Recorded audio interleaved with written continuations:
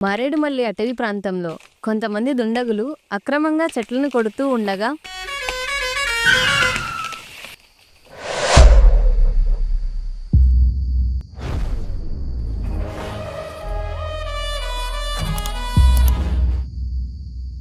యాడ వరకు వచ్చింటుందబ్బా? ఇంకా చాలా చెట్లు ఉన్నాయ్యా. ఇంకో 2 రోజులు పట్టొచ్చు. 2 దినాలనా? అంత లేట్ ఎందుకప్పా? నేను చెప్పిండేది 3 దినాల్లో పూర్తి చేయాలని. ఈటకే 2 రోజులు అయింటది కదా. అయ్యా, చెట్లు చాలా పెద్దవి. మన వద్ద ఉన్న పనిముట్లు సరిపోవడం లేదయ్యా. ఇదే మీ సమస్య స్వామి. నాకు మాటికి నా పని పూర్తి కావాలన్నా. మన ఊరికే కొత్త పోలీస్ అధికారి వస్తున్నాడంట.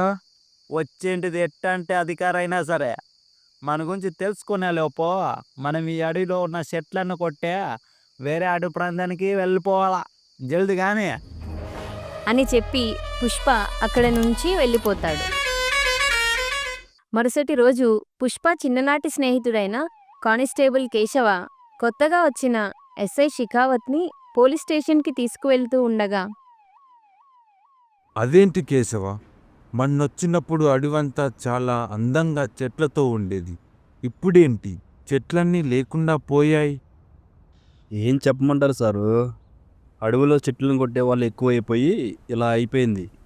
సరే, ఇన్ని తెలిసిన మీకు వాళ్ళ లీడర్ ఎవరో ఒకరు ఉండే ఉంటారు కదా, వాడి గురించి చెప్పు. మేము ఇంతకుముందు పట్టుకున్న కూలీలతో మాట్లాడిన తర్వాత నాకు తెలిసిన విషయం ఏంటంటే వీళ్ళందరితో ఈ పని చేస్తున్నది పుష్ప అన్న వ్యక్తి.